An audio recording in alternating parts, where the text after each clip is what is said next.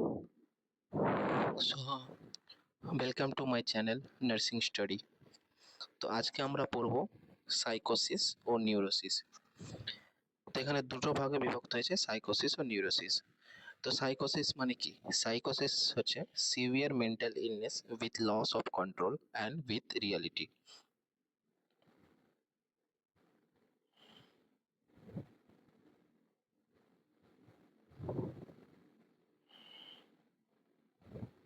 তো severe mental illness,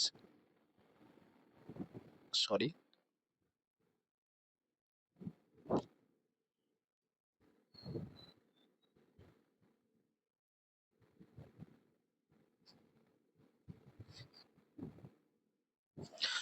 sorry. তো severe mental illness with loss of contact with reality, এটা মানেটা কি হচ্ছে? এটা মানেটা বলতে চাইছে যে ব্রেনের মধ্যে যদি কোনো রকম ইলনেস থাকে, কোনো ইলনেস থাকে, তবে সেটাকে বলা হয় কি? সাইকোসিস। তো রিয়ালিটির সঙ্গে কোনো ম্যাচ করে না, তার ভাবনাটা রিয়ালিটির সঙ্গে কোনো রকম ম্যাচ করে না। এখানে নিউরোসিস মানে কি? Mild mental illness without loss of reality. মাথার মধ্যে কি, মস্তিষ্কের মধ্যে একটা ইলনেস থাকবে এবং উইদাউট লস অফ রিয়ালিটি, রিয়ালিটির সঙ্গে রিয়ালিটির কোনো রকম ভাবে রিয়ালিটির মানে কিছু হারাবে না, মানে রিয়ালিটির সঙ্গে যুক্ত থাকবে, কিন্তু তার মাইল্ডে মানে মেন্টালিটি সে ভুক্তভোগী হবে, মেন্টালিটির সে অসুস্থতা হয়ে থাকবে। একে বলা হয় নিউরোসিস। নেক্সট কি? সাইকোসিস হচ্ছে কি? Routine life disturb. তো রেগুলার লাইফে কি হবে? ডিস্টারবেন্ট হবে, অসুবিধা হবে। রেগুলার লাইফে যাতায়াত করতে, কথোপকথন করতে, কোনো রকম কাজ বিশেষ করতে কি হবে? ডিস্টার্ব হবে। কিন্তু রুটিন লাইফ, নিউরোসিসে কি হবে? রুটিন লাইফ নর্মাল, রুটিন লাইফটি নর্মাল হবে, কোনো রকম অসুবিধা হবে না। নেক্সট হচ্ছে সাইকোসিস পার্সোনালিটি মার্কলি ডিস্টার্বড। পার্সোনালিটি কি হবে? পার্সোনালিটি যে নিজস্ব যে একটা পার্সোনাল আছে, নিজস্ব যে একটা নিজস্ব যে অস্তিত্ব আছে, নিজস্ব যে পরিচয় আছে, সেটাতে এখানে কি হবে? অসুবিধা হবে। বাট পার্সোনালিটি প্রিজার্ভ এবং পার্সোনালিটি কি হবে? নর্মাল থাকবে। নিউরোসিসের ক্ষেত্রে কোনো রকম অসুবিধা হবে না পার্সোনালিটিতে, বাট সাইকোসিসের ক্ষেত্রে পার্সোনালিটি অসুবিধা হবে। এখানে নেক্সট কি আছে? Insight and judgement loss. কাউকে জাজমেন্ট করা বা কারো কাছে কিছু শোনা, সেটা সে হারিয়ে ফেলবে, সে ক্ষমতাটা হারিয়ে ফেলবে। বাট ইনসাইড জাজমেন্ট কি হবে? নর্মাল প্রেজেন্ট থাকবে, সেটা কোনো রকম অসুবিধা হবে না, নর্মাল সাধারণ মানুষের মধ্যে যেটা থাকে। নেক্সট হচ্ছে হসপিটালাইজেশন রিকোয়ার্ড। তো সাইকোসিসের ক্ষেত্রে কি হয়? যেহেতু একটি সিভিয়ার মেন্টাল ইলনেস, তো এই ক্ষেত্রে কি হয়? সে লস অফ কন্ট্রোল, মানে সমস্ত রকমের মস্তিষ্কের যে ক্ষমতা, যে বুঝার ক্ষমতা, যে বুঝানোর ক্ষমতা, যে পড়া, লেখা, খাওয়া দাওয়া, সব রকম ক্ষমতাতে কি হয়? সমস্যা দেখা যায়। ওই কারণে সাইকোসিস পেশেন্টদেরকে কি হসপিটালাইজেশন করতে হয়।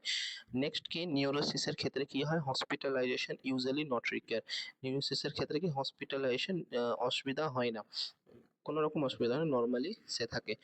নেক্সট সাইকোসিস symptoms example hallucination, ডিলুশনেশন।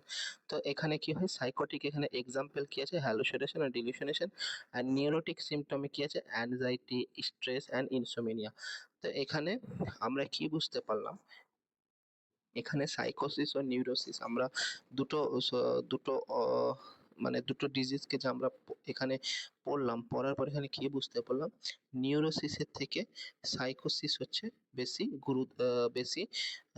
অসুবিধাকারক and severe mental disorder. তো ওই জন্য আমাদেরকে কি, সাইকোসিস যারা পেশেন্ট থাকবে তাদেরকে সাবধানে রাখতে হবে, হসপিটালাইজেশন করতে হবে, তাদেরকে দেখাশোনা, নার্সিং কেয়ার ভালো করতে হবে। নিউরোসিসের ক্ষেত্রে কি হয়? নিউরোসিসের ক্ষেত্রে যেহেতু এখানে এক্সাম্পল বলা আছে অ্যাংজাইটি, স্ট্রেস, ইনসোমেনিয়া, তো এখানে সেই রকম হসপিটালাইজেশন করতে হয়নি। তো এখানে তাদেরকে মেন্টালি সাপোর্ট দিলে তারা যথেষ্টই রিভাইভ হতে পারে। তো আমাদেরকে এটা দেখতে হবে সাইকোসিস ও নিউরোসিসের মধ্যে।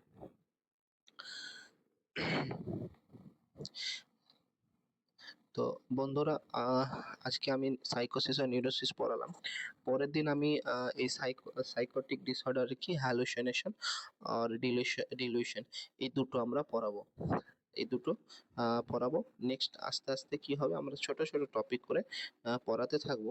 তোমাদের যদি কোনো রকম অসুবিধা থাকে, তোমাদের কোনো রকম কোশ্চেন থাকে, তবে তোমরা আমাকে কমেন্ট বক্সে জানাতে পারবে।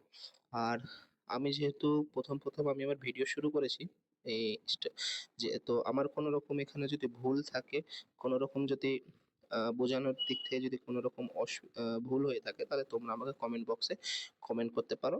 আমি সেটাকে ঠিক করব। আর থ্যাংক ইউ আমার চ্যানেলে এসে আমার টপিকগুলো দেখার জন্য। যদি পারো তো আমার চ্যানেল একটু সাবস্ক্রাইব করে দিবা অ্যান্ড শেয়ার করে দিবা, কমেন্ট করে দিবা। Thank you.